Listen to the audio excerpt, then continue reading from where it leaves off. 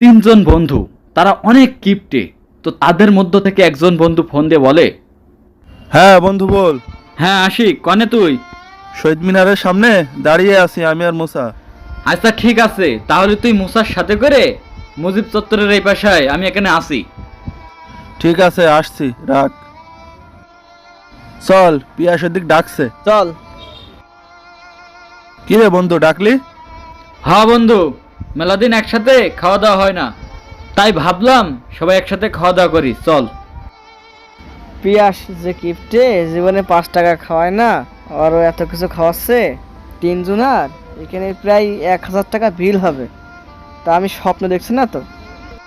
ও কোনোদিন 5টা টাকা চার বিল দিল না, আর আজকে আমাকে দুইজনের ডেকে নিয়ে এসে খাওয়াচ্ছে। না, ও তো ফাও খাওয়ানোর লোক না। এর ভিতর কি কোনো কারণ আছে? না, আমারও তো চিন্তা ভাবনা করে লাভ নেই। আমার খাওয়ার দরকার, আমি খাই। এর আগেও তো অনেকবার খাইছি, কিন্তু এইবারই মনে হচ্ছে বেশি স্বাদ লাগছে। মানুষ ঠিকই কয়, পরের পিঠা জবর মিটে, পরের টাকায় খালি স্বাদ বেশিই লাগে।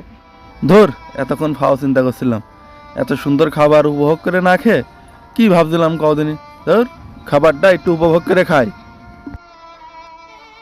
সেই স্বাদ। হ্যাঁ, স্বাদ তো লাগবেই। টাকা যে আজকে আমি দিচ্ছি, এই জন্যেই দুইজন মনে হচ্ছে খুব মজা করে খাচ্ছে। এর আগেও তো কত একসাথে খাওয়া দাওয়া করলাম, যার যার বিল তার তার। তো এরকম ওদের মজা করে খাতি কোনোদিন দেখিনি।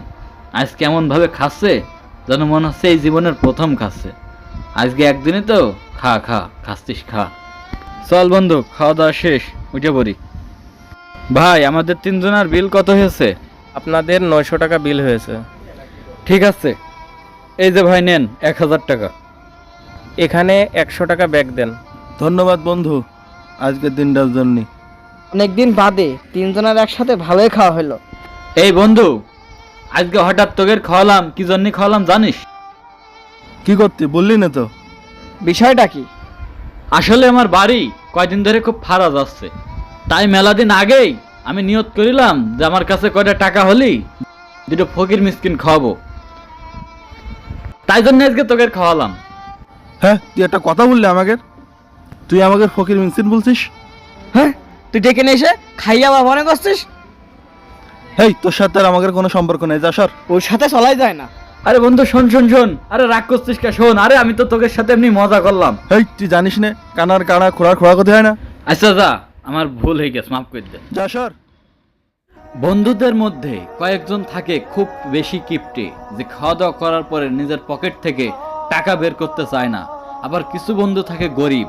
তো আমাদের সকলের যেটা করণীয় হবে, যে বন্ধু যতই কিপটে হোক অথবা গরিব হোক, মানুষের মধ্যে অথবা কোনো সময় তাকে অপমান করাটা ঠিক না। আর এই বন্ধুদের মধ্য থেকে যদি কোনো মানুষকে অপমানই করে, এটা আসলেই সহ্য করে নেওয়ার মতো না। এজন্য সকলেই সাবধান এবং সতর্ক থাকবেন।